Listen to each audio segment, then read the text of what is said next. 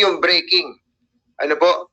Ito po yung breaking. Nakakuha po tayo ng kopya. Pinagkatiwala po sa atin ng isa sa mga nakatanggap ng mensahe galing sa Pangulong Bongbong Marcos Jr. mismo.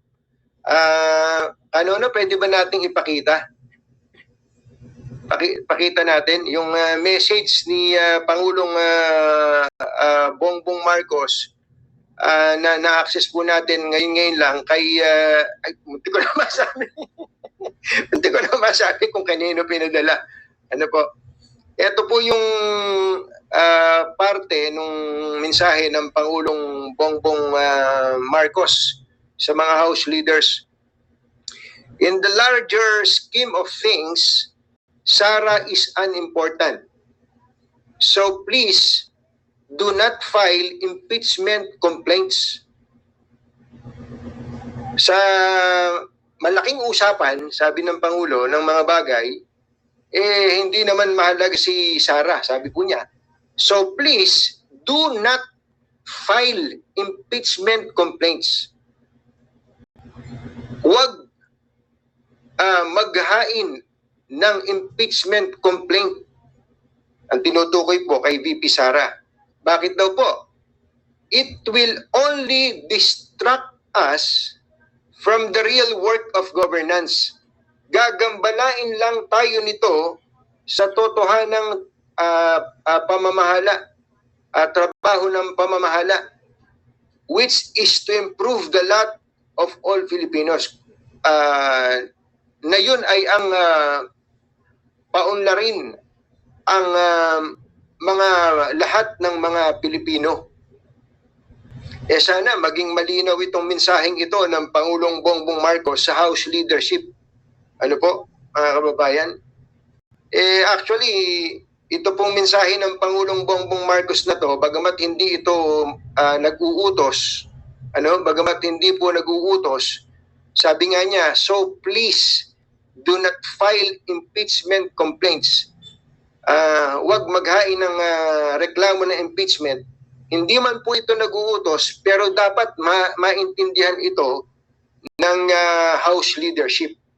Na-imagine ko po kasi, mga kababayan, ang impeachment po, ilang beses na tayo nagkaroon ng impeachment.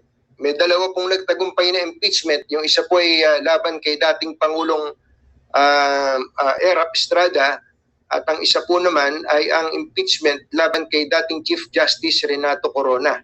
Matatawa kayo kinonvict po ng Senado si Erap batay po sa second envelope na wala naman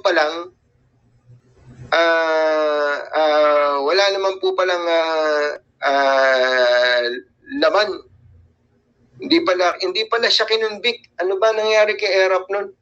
Nagkaroon ng botohan doon sa second envelope. Kamukat mo, wala naman pala naman yung second envelope. So ano ibig sabihin? It is purely a political process.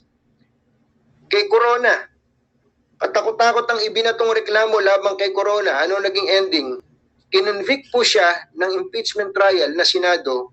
Kamukat-mukat mo, sa bandang huli, yung pong mga reklamo laban sa kanya, mga walang batayan, namatay patuloy yung tao. Ano nangyari sa bayan natin? Na-polarize. What I'm saying is, ang impeachment talaga, mga kababayan, while it is provided for in the Constitution para po sa mga opisyal ng pamahalaan natin, ang nangyayari po, dahil ito po isang political process, more than a legal process, ay nagkakahati-hati sa ating pong nagre-resulta ng pagkakahati-hati ng ating bayan. Kaya ito pong ginawang ito ng Pangulong Bongbong Marcos, again, ito po ay message niya sa House leadership, which yung message po na yun, nagkaroon po tayo ng chance, dinoble check, ng report check po natin at kumpirmado po ito. Siya po mismo ang nagsasabi sa House leadership na please do not file impeachment complaints. Sana po ay natanggap ito ng mabuti ng mga pinuno ng Senado, ng House of Representatives. Saka alam nyo, bukod dun sa Ano bang panahon na ngayon? Ilang panahon na lang matatapos na po yung current Congress. Ano ba chance ng impeachment? Ano ba i-impeach? Ito na kwentuhan na lang naman. Ano ba in-impeach sa House? Pag magta-trial ba, gaano ba kasalimuot yun? At may numero ba ang Senado para po i-convict si VP Sara? So, anyway, that's it. That's our breaking news for this afternoon. Anong oras na ba? 11:15. Maraming salamat po sa inyong pagsubaybay.